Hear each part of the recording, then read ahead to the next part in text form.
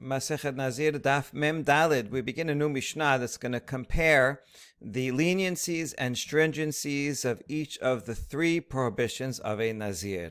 Shelosha minin asurin ben Nazir hatum'a v'hatiglachat v'yosem min hagefen. This introduction is exactly the same as the first Mishnah of the Perek. It's repeated here because now we're going to go further into the details of these three prohibitions.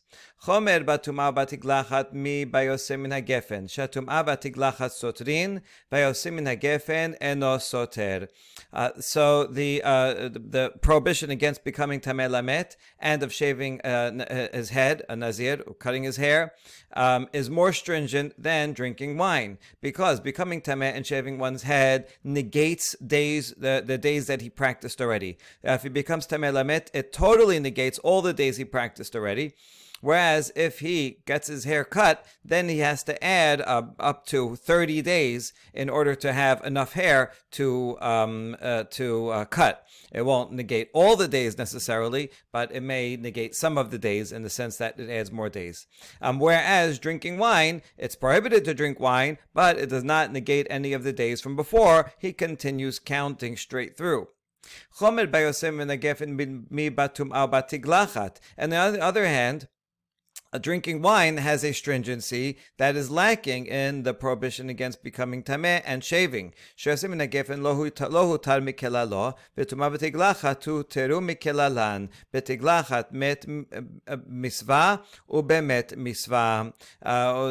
that drinking wine has no exception to the rule, right? Hutar, meaning becoming permitted, mikelalo, of the general rules. No exception to the rule. There is no case in which a Nazir can drink wine. Not for kiddush, not if he makes a vow that he's going to drink wine, cannot do it. Whereas becoming tameh lamet and shaving do have exceptions to the rule. For becoming tameh lamet, he can become tameh lamet for a met mitzvah. Even though a Nazir does not become tameh not even for his close relatives, just like a Kohen Gadol. However, if he's walking on the road and he sees a corpse with no one to bury it, then the Nazir even has a mitzvah to become tameh. That's the exception for becoming tameh. And for shaving, that would be a tiglachat mitzvah, which would be for a Nazir who is also a mesorah. A mesorah in the middle of his nizirut, he has to go through the purification process. We're going to talk about this a lot on the second half of this daf. And so part of that purification process is that he has to shave as a mesorah. So even though he's in the middle of nizirut, nevertheless, he is permitted and must shave his head as a mesorah, and then and even though he's in the middle of being a nazir. Now, finally, v'chomer b'tum'ah b'tiglachat shatum'ah soteret et hakol v'chaybin aleha korban v'tiglachat ena soteret ela shiloshim yom v'en chaybin aleha korban. The prohibition against becoming tameh has a stringency over and above shaving, because becoming tameh lamet, if one becomes tameh lamet in the middle of nazirut, it negates all the days before, and he also has to bring a korban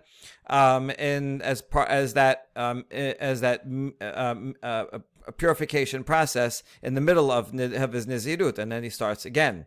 Whereas shaving only negates up to 30 days, because he has to grow more hair in order to cut, and there is no korban.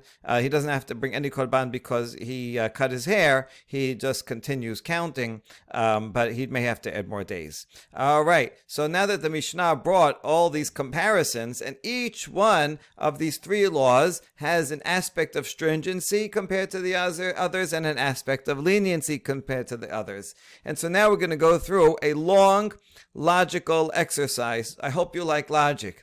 And we're going to try all different ways of applying a kal vachomer to prove that, well, if this is more stringent, then you should apply the same law or not apply the same law. And they're all going to have the same conclusion that we're going to prove from the Pisukim themselves that the kal vachomer is not true. Okay, so we're not going to change or learn anything new in this entire discussion. We're just going to go through the logical exercise, and that will be a way of bringing the pisukim that are relevant from which we learn each of these stringencies and leniencies. Here we go. V'tum'ah lo tutar mikelala. Maybe tumat met should not have an exception. We said it does have an exception of a met mitzvah, a nazir can become tameh. But maybe that it shouldn't, because we can learn a kal vachomer miyayin. Umayayin sheno soter lo hutar mikelalo. Tuma shetzoteret anodin shelo tutar mikelalo. If wine, the prohibition against drinking wine, that that does not negate any laws, so it's pretty lenient. And yet, there is no exception. So, tum'ah, which does negate and is more stringent, all the more so, it should have no exceptions, and we should not allow a nazir to become tameh lamet even for a met mitzvah. So that's what the Kal Vachomer would propose, but that goes against the pasuk, so we reject it. Tamud lomar laviv ulimo lo yitama, laviv ulimo lo yitama, aval mitamehu lemet mitzvah. The pasuk only says that a nazir cannot become tameh for his father, mother, other close relatives. That he cannot become tameh, but it doesn't say anything about met mitzvah. So this list comes to exclude met mitzvah, for which a nazir does become tameh. Next, v'yayin hutar mikelalo. Maybe we should, maybe for wine, there should be an exception. And if a person makes a vow, an oath, a shivuah, I'm going to drink wine as a nazir, maybe we should let him. That would be a valid exception. And we would say that based on a kal vachomer mitum'ah. Ma tum'ah shi soteret hutera mikelala. If regarding tum'ah, which negates all the days beforehand, so tum'ah is very strict, and yet it has an exception. Yain sheno soter enodin sheyutar mikelalo. So wine, which does not negate the laws the days before, so it's more lenient. All the more so, it should have an exception. That's what we would say logically. It comes the pasuk to say not so. Amar kiram yain v'shechad yazir le'sor yain mitzvah ki yain reshut. The Torah gives a lot of extra words to talk about the prohibition of wine. He has to keep away from, and that prohibits not only drinking wine as an option, but also if he needs to drink wine for a mitzvah like kiddush, or if he makes an oath, no exceptions to the wine drinking rule. Next, v'yayin yistor et hakol. Maybe if a nazir drinks wine in the middle, it should negate all the days before him that he counted. Kal vachomer mitum'ah. Ma tum'ah sheutra mikelala soteret et hakol. Yayin shelo utar mikelalo. Lo kol sheken sheyistor. If regarding the prohibition against tumat met, we have an exception. That's met mitzvah. So it has a leniency, and yet it negates all the days beforehand. Wine, which does not have an exception, no exceptions for wine, all the more so, it should have this stringency and should negate all the days beforehand. That's what logic would tell us. Amar kera v'hayamim hadishonim yippelu ki tameh nizro tum'ah soteret v'en hayayin soter. That's what the pasuk comes to say only regarding tum'ah. That's what the context of this pasuk that says that the first days that he counted will fall away, will be negated because he became tameh. Only tum'ah negates the days before. However, drinking wine does not negate the days before. Good. Next, v'atigla hatistor et hakol kal vachomer mi tum'ah. Based on logic, we should say that shaving should cancel all the days, not just 30 days. Av kama choven from tum'ah. Uma tum'ah shelo asuba mitameh kemittameh soteret et hakol. Tiglacha she'asuba megaleach kemitgaleach enodin shetistor et hakol. Here we will learn a law that we didn't see before. So regarding tum'ah, we do not make the mitameh like the mitameh. The mitameh is a nazir himself. If a nazir goes and walks voluntarily into a cemetery, he's gonna get lashes and all the consequences. However, let's say he's standing near a cemetery, and I go against his will. I pull him into the cemetery. I cause him to become tameh. I do not get lashes. So regarding tum'ah, we do not say that the one who causes the tum'ah, the mitameh, gets lashes like the one who becomes tameh, meaning the nazir. So that's a leniency. And yet, regarding tumat met, it negates all the days, all the way back to 0. So regarding shaving, where the shaver also gets lashes as the one who is shaven. If a nazir shaves his own head, he gets lashes.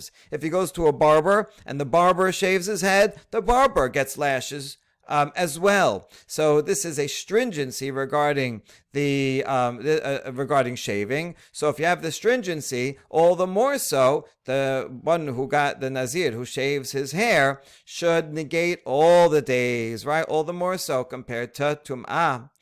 Therefore, Amar Kera v'hayamim arishonim mipeluki tamen nizro.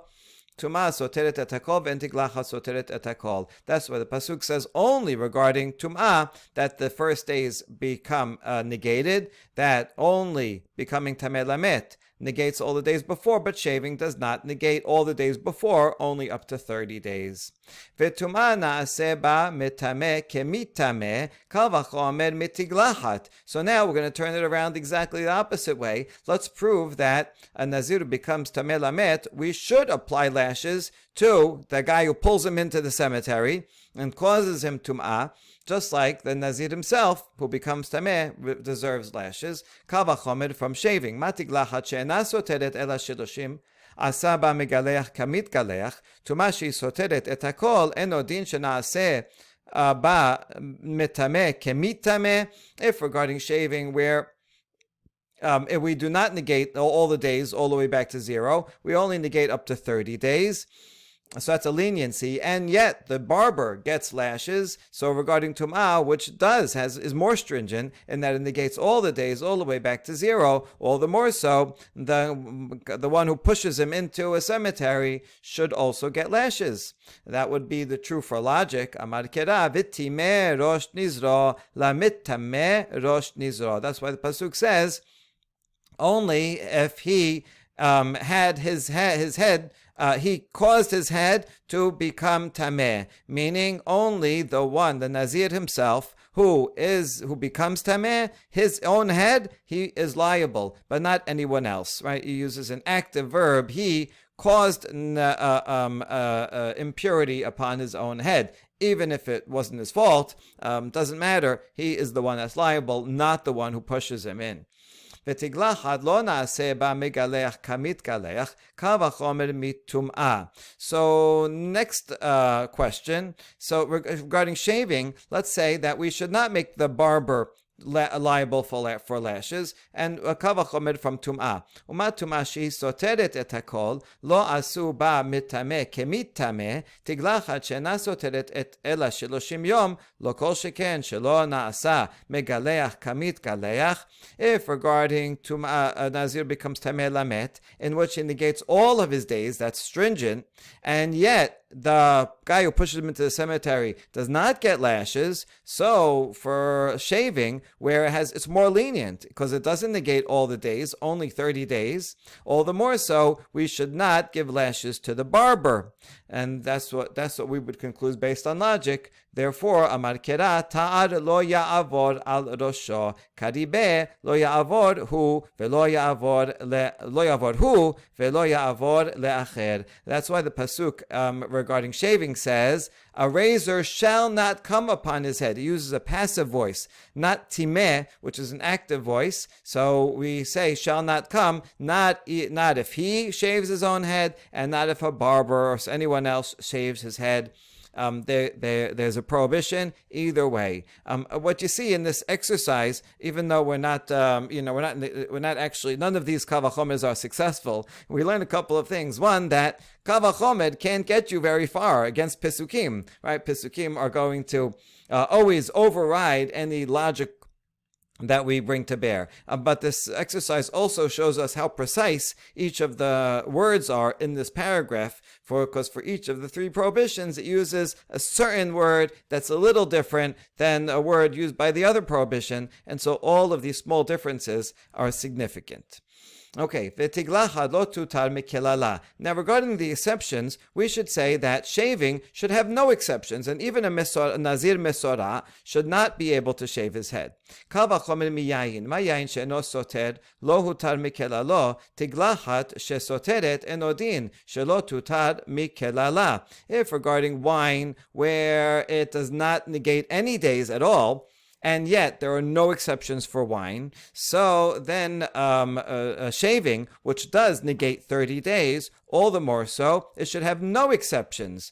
That's what we would say by logic. Amar kera rosho ve'amar rachamana zekano. That's why regarding the Mesorah, it says he has to shave all of his hair, and then it goes out of his way to say he has to shave all of his hair and the hair of his head and the hair of his beard. Now, the hair of his beard, that taught us even though there's a prohibition against shaving peot and a beard with a razor, nevertheless, that Mesorah requirement overrides it. And Rosho teaches us even if he's a Nazir and there's a prohibition for him to cut his hair on his head, nevertheless, the Mesorah overrides it.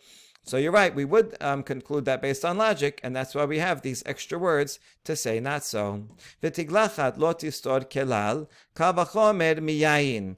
Next we propose that shaving should not negate any days at all. All the kal v'chomer from wine, which does not negate any days. Umayayin shelo hutar mikelalo eno soter, tiglachat she'utera mikelala eno din shelo tistor. Regarding wine, where there is no exception, right? Even for kiddush, he cannot drink wine, and so that's a stringency, and yet wine does not negate any days. So regarding shaving, where it does, there is an exception, a mesorah, all the more so, it's more lenient, all the more so, it should not negate any days. And the answer is, logically, you're right.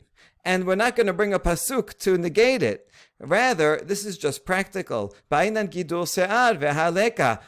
to shave something at the end of his nizirut. And if he shaved already, a few days beforehand, then he's not going to have any hair. Just a tiny bit of stubble is not enough to shave. And so since he just needs some growth, and we consider 30 days of growth to be sufficient, so that's why he has to add days. It's really not that we're negating any days. If he shaved his hair, let's say he's going to be Nazir for 100 days, and he shaved after 50 days, and so he has 50 days left. It's not going to negate any days. He's not going to have to wait any longer. Still a prohibition, but it won't add any more days. So it's really not negating days at all. It's just practical that he has to just make sure that he has enough growth in order to do his concluding shaving.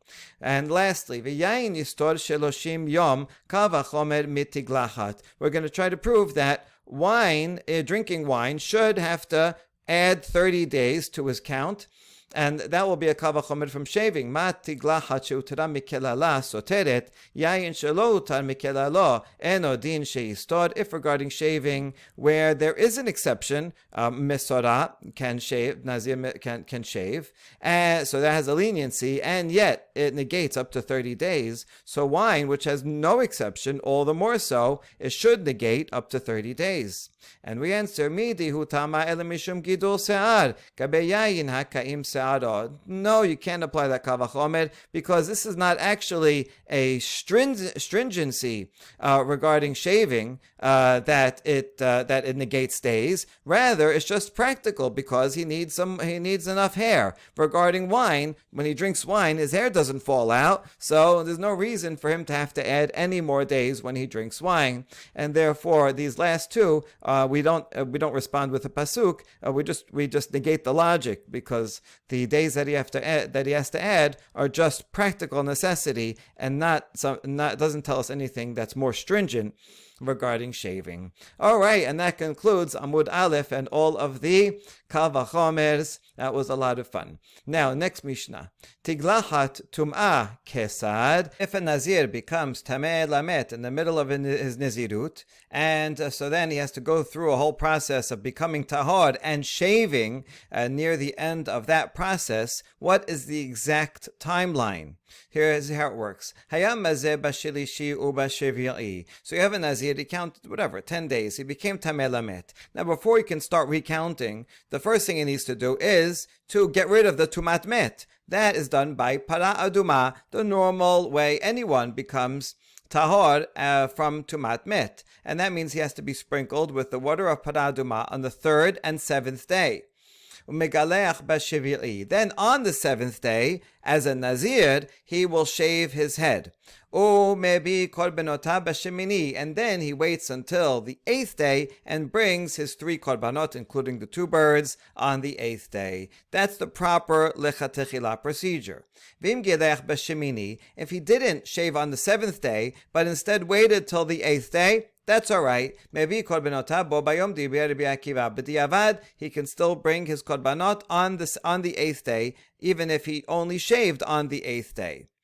That's Rabbi Akiva. Amar le Rabbi Tarfon, ma ben zeh la mesorah. Rabbi Tarfon says, hold on. Why would you make a distinction between a Nazir and a mesorah? Regarding a mesorah, he also has to shave on the seventh day and bring korbanot on the eighth day. But for a mesorah, we say, even b'diavad, if he waited and shaved on the eighth day, then he's going to have to wait till the ninth day to bring his korbanot. His korbanot cannot be on the same day as shaving. He has to be done with the shaving first and then wait till the next day. So therefore, according to the Bitarfon, same should be with a Nazir. And b'diavad. He has to shave on the seventh day, bring his korbanot on the eighth day. If he didn't, then he has to push off his korbanot another day.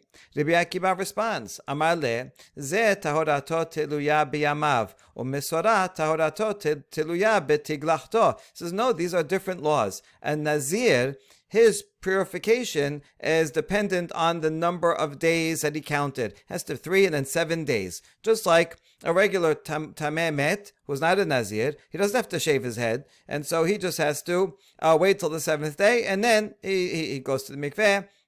He's good to go.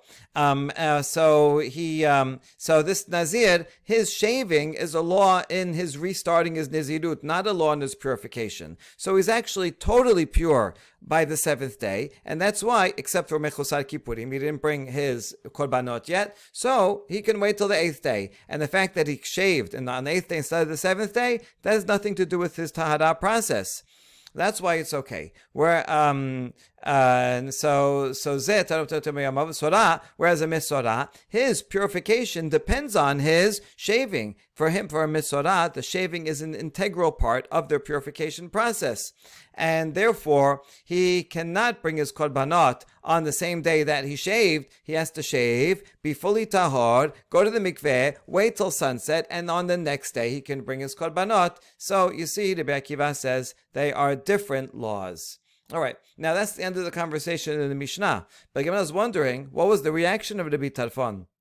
Kibelamine ola, did Rabbi Tarfon accept Rabbi Akiva's distinction between the two or not? Well, we don't have a continuation, but let's try to figure it out from the following Baraita.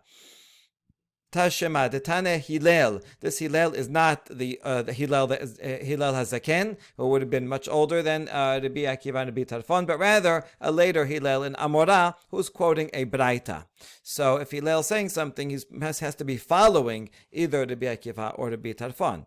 Let's see what Hillel says. Gileach b'shemini mevi korbenotav b'tishii v'sakat da'atach kabela mineh lete korbenotav b'shemini. He says if a Nazir, he's supposed to shave on the seventh day. If he shaves on the eighth day, then he has to wait for his korbanot until the ninth day. That's the end of the Braita. Now, if we think that Rabbi Tarfon accepted Rabbi Akiva's argument, then he should be able to bring it on the eighth day. If he accepted it, then Rabbi Tarfon and Rabbi Akiva would agree with what Rabbi Akiva said, and you wouldn't have to wait till the ninth day. So who Hillel would be following? Nobody. The fact that Hillel says you have to wait till the Tishii means he's following Rabbi Tarfon, and Rabbi Tarfon did not change his mind. However, this is not necessarily not so. Amarava lakashya haditbal b'shivi'i hadela tebal b'shivi'i. There may be a distinction between the Mishnah and this Baraita. In the Mishnah, we could be talking about a case where he went to the mikveh on the seventh day, and that's why if he didn't shave until the eighth day, that's all right. He can bring his korbanot on the eighth day, and Rabbi Tarfon agreed with that. Because he did the mikveh on the seventh day, and the mikveh is necessary on the seventh day in order for his regular tumat met purification, and then the shaving has nothing to do with his purification process as a tumat met. That's just part of his nizirut process. and that would be okay. Whereas the Braita, it doesn't say when he went to the mikveh. But the Braita could be talking about a case where he not only shaved, but also only went to the mikveh on the 8th day, and forgot about the mikveh on the 7th day. And that's why he has to wait another day for him to bring the korbanot, because he didn't even finish his regular purification process. And so therefore, there's no proof from here. It could be that Rabbi Tarfon did in fact agree with Rabbi Akiva. All right. Now, Amar Abaye. Ashkachtinu lechabre de Rav Natan bar Hoshaya diatvin v'ka'amrin. Abaye says, one time I encountered the friends, the colleagues of Rav Natan bar Hoshaya. They were sitting together and studying, and they said the following halacha. Uba lifnei Hashem el petach ohel moed untanam el hakohen. This is regarding a zav. Says on the 8th day, he has to take these 2 turtle doves or 2 pigeons, and he has to bring them before to the entrance of ohel moed and give them to the kohen. So you see that in order for a zav to finish off his purification, he has to bring these korbanot, and he has to come to Ohel Moed, right? Some area in the Mishkan, or equivalent when there's Bet HaMikdash, into the Bet HaMikdash and give it to the Kohen. Now, we're going to be discussing this problem that when someone's Tameh, they can't come to a certain place in the Bet HaMikdash, right? There's 3 different levels. So where can he come, where can he not come? And at one point, would he be allowed to go there? So ematai huba, at what point is he permitted to enter into this area? Bizman shehu tabal ve'asa ha'erev shemesh in. Lo tabal ve'asa ha'erev shemesh la. He can only enter the area. We're talking about Machane Leviyah. Here's a picture of in the Bet HaMikdash, where the Machane Shechina, the equivalent of in the desert, what would be right in the middle where the Aron was, that would be inside the Kodesh. Here, where only Kohanim can go, and no one, someone Tameh cannot enter into there. This is called Sha'ar Nikanor, these gates, Sha'ar Nikanor, when you go up these steps. So the part outside, in other words, the outer courtyard, Ezrat Nashim, and in fact the entire Had HaBayit, all of the courtyard all around, is the Machane Leviyah. That's what we're talking about. That would be compared to the middle section of the encampment in the desert, where the Leviim were. And the rest of the camp would be similar to the rest of Jerusalem, which has a level of Kedusha, but not as high as this. So this is inside these doors is the highest level. Outside of the doors on all of Had HaBayit is the middle level, and Jerusalem is the lowest of the 3 levels. So we're saying here is that the Zav has to wait until the 8th day, because before that he cannot go into that middle level of the Machane Leviyah. So this explains his timeline. All right, he has to wait these 7 days, and he goes to the mikveh, and he can't go into that Machane Leviyah on those 7 days, even after he goes to the mikveh. And he has to wait till it gets sunset, and then he just has to bring his korbanot. So once he finished those 7 days, including mikveh, and finished sunset, then he can come into Machane Leviyah. Okay, so what do we see from here? Alma kasava tivul yom shel zav kezav dameh. This teaches us that a tivul yom means someone who went to the mikveh during the day and completed however long he had to wait, but it's still before sunset. So that he has a in-between status. For some purposes he's ta'or, for some purposes he's tameh. So we learn from this that a tavul yom of a zav is like a full zav. Just like in the first 6 days, a zav was not permitted to enter the Machane Leviyah, so too, even though he went to the mikveh already on the 7th day, before sunset, he's still not allowed. Rather, he has to wait till after sunset on the 8th day, then he can come, and that's why he has to wait till the 8th day to bring his korbanot. All right, that's what the elders were saying. And now Abaye is going to compare the Zav to a Nazir, and from Nazir prove that everything they said was not correct. Amina lehon ana ela me'ata gabe nazir tameh name tichtiv evi otam el kohen el petach ohel moed ematay hu ba bizman shetavar ve'asa ha'erev shemesh. A Nazir says the same thing on the 8th day of his since he became tameh. He becomes tahor, third day, seventh day. He gets sprinkled. He goes to the mikveh on that seventh day. And still, he has to wait till the 8th day because he is going to come to Ohel Moed. So when can he come? Only after he went to the mikveh and he waited till sunset after the 7th day. Only then he can come on the 8th day. Now, where does he need to come to? Even though it said Ohel Moed before, and Ohel Moed usually means the middle, the Machaneh Shekhinah. We're going to ask that question in a minute. But these where does he have to come? He has to come to before Sha'ar Nikanor. He doesn't have to enter it. He has to come to this area, and that is Machaneh Leviyah. Now, is someone Tameh allowed to come to Machaneh Leviyah? The answer is yes. So it can't be the problem. Why does he have to wait till the 8th day, the Zav or the Nazir? So far we're saying, because they're not allowed to enter the area. So how could they bring their birds if they can't even enter this area? So that's why they have to wait until the 8th day. But that is not true. We're about to prove that someone Tameh is permitted to come into this area of Machaneh Leviyah.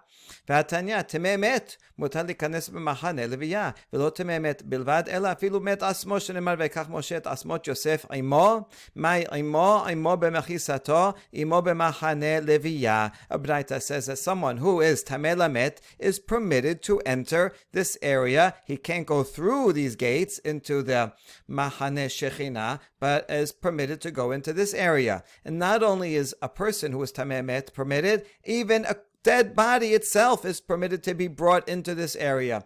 And we learn this from Moshe, who took the bones of Yosef. That's a met atzmo. And it says he took it with him. What do you mean with him? When they left Egypt, Moshe got Yosef's bones, and he brought it into the area where he was, into the Mahane Leviyah. That's where Moshe was walking. So we see from there that a met and a tameh met are permitted to come into this area. Therefore, theoretically, a zav and a nazir, they should be permitted to come into this area on the 7th day, and maybe they could bring their korbanot on the 7th day. So we can't say that the reason they have to wait until the 8th day is because they can't enter the area, because they're tameh. A tameh person is permitted to go into this area. Ela Amar Abaye. Some versions have Amar Abaye, some not. So rather, let's read it with Abaye says, Tevul Yom Shel Zav Kezav Dameh Va'afilu Hache Kevan Demechusar Kapara La'ayil. Rather, we should say that Tevul Yom of a Zav is the same as a Zav, meaning just like a Zav is permitted to enter into the Mahaneh. So too, when he went to the mikveh on the 7th day, also he's permitted to go into that area. The problem the problem of bringing the korbanot isn't that he can't come into the area. Rather, it's that he's muchusar kapara. That's why he cannot come to the area. The idea is that when someone is a full zav, he saw 3 times, then he has 2 problems. Number 1, he has to wait till sunset. Number 2, he didn't bring his korbanot yet. And that's why he has to wait till the 8th day. So if he was a zav who only saw 2 times, 2 emissions, that person does not have to bring korbanot. In that case, he would be okay. And since he doesn't have to bring korbanot, he's only missing sunset, that person would be allowed to enter into this area. So again, a zav who only saw 2 emissions, does not have to bring korbanot. Once he goes to the mikveh, it's okay. He can come into this area because he's only 1 step away of sunset. Whereas if he saw 3 times, then he's 2 steps away from his final purification, sunset, and bring korbanot the next day. That person, no, he can't bring his korbanot in this day. He has to wait until sunset, and then he's missing only 1 thing. Then he can come here and bring his korbanot, and he would be fine. So you see that it's not because of the permission to enter the area, but rather it's a law regarding Zav, who has to bring korbanot, and he's missing 2 things. That's why he has to wait until the 8th day. Okay, now last question. Both of these people, right, the Zav and others that have to bring their korbanot, says they have to enter Ohel Moed. And we interpreted that to mean that they have to come to Machaneh Leviyah. Now, why do you call Machaneh Leviyah Ohel Moed? Shouldn't Ohel Moed mean the inner sanctuary, the Machaneh Shekhinah? And the answer is, you're right. Ohel Moed does usually mean the Machane Shechina. Lemem Ramah Tam Mechusad Kapara La'ayil Af LeMachane Leviyah Nameh Mechusad Kapara La'ayil. Rather, it's teaching us a comparison. Just like someone who is missing the korbanot, he didn't bring the korbanot yet, he cannot enter into Ohel Moed, so too he cannot enter into Machane Leviyah. So the point is, if it's still the seventh day, even though he went to the mikveh, but he's missing two things, they cannot enter into Machane Leviyah, and that's why they cannot bring the korbanot. Whereas after sunset, then they're only missing one thing. That's why they're permitted. Okay, v'hatam minelan. And how do we know that law itself, that someone who's tameh cannot enter into the Machane Shechina? Tetanya, tameh yeh lerabot tevul yom, od tumato bo lerabot mechusar kapara. In the section in Chukat, where it's talking about paraduma and tumat met, it says tameh yeh.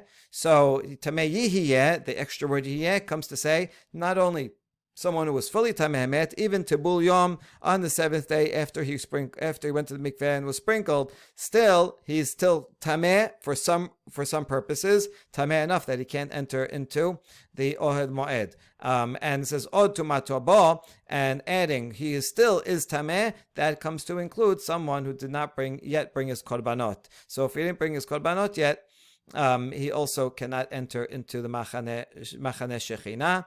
And by calling it, or by saying Ohel Moed, even though it's referring to Machane Leviyah, we learned that just like he cannot enter Ohel Moed if he is Tivul Yom or Mechusar Kapara, Tivul Yom and Mechusar Kapara, right, cannot enter a Moed, so too, if it's still the seventh day and he went to the mikveh and didn't have sunset yet, he cannot enter not only Moed, he cannot even enter Machane Leviyah, and that explains why a Zav has to wait until the eighth day. Baruch Adonai Leolam, Amen ve'Amen.